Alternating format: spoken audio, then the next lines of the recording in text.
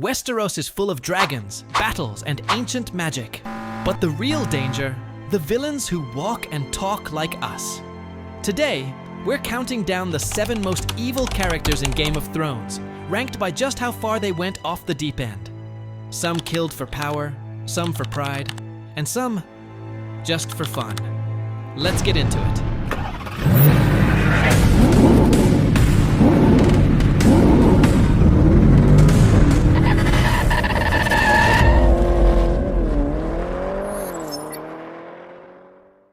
Kicking us off at number 7, the original boss level of evil, Tywin Lannister. He wasn't flashy, he didn't throw tantrums or swing swords. Tywin delegated his evil with the cold precision of a CEO managing quarterly executions. His signature move? The Red Wedding. He didn't stab anyone himself. He just made sure Walder Frey and Ramsay Bolton had a bloody calendar invite. And why? Legacy. Control. Lannister pride. He wasn't sadistic, he was strategic. That's what makes him terrifying. You could beg Tywin for mercy, and he'd hand you a pen and paper to write your own obituary. He's proof that evil doesn't always scream. Sometimes, it wears gold and gives orders. As did I. Number 6, Daenerys Targaryen. Hero, savior, war criminal? Dany's descent into darkness wasn't just heartbreaking. It was scorched earth, literally. She started by freeing slaves, toppling tyrants, and we rooted for her every step. Until the day she looked at a surrendering city and said, nah, burn it anyway. She didn't have to torch King's Landing. The bells rang. The war was over, but fire is in her blood. And when she let it loose, she reduced thousands to ash. Her transformation from Breaker of Chains to Queen of Ashes was fast, but unforgettable. She's here because her evil wasn't about survival. It was about domination. Number 5, Petyr Baelish. If chaos is a ladder, Petyr Baelish brought his own climbing gear. He didn't need swords, just secrets. Littlefinger whispered Westeros into chaos.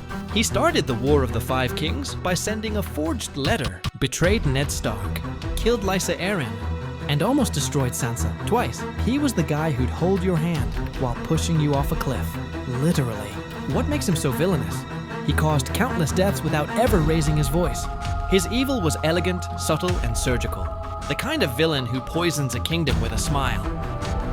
Yet here you are on the... Number 4 is Joffrey Baratheon. Joffrey Baratheon wasn't complex. He was just awful. Born with a crown and zero conscience, Joffrey ruled like a toddler with a flamethrower. He had Ned Stark beheaded for kicks, humiliated Sansa, crossbowed innocent people for fun. He didn't plot or manipulate. He just inflicted pain because he liked it. Even his own family couldn't stand him. Tyrion fantasized about slapping him, and sometimes did. His death wasn't just satisfying, it was a global celebration. But he still ranks high, because his cruelty was raw, impulsive, and constant. Joffrey didn't scheme, he just burned everything in sight with a brat's grin. Number 3 is Cersei Lannister. Cersei Lannister was a wine-drinking, crown-grabbing revenge machine. She loved her kids, but loved power more. When backed into a corner by the Faith militant, she didn't plead. She exploded the entire Sept of Baelor. Margaery, gone. The High Sparrow, toast. Dozens of innocent bystanders, collateral.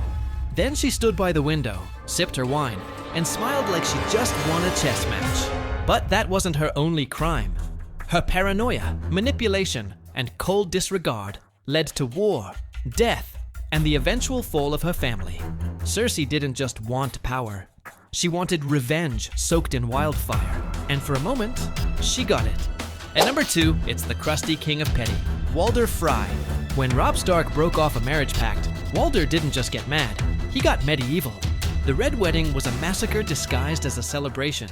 He broke sacred guest rites, slaughtered Robb, his pregnant wife, Catelyn Stark, and even the dire wolf.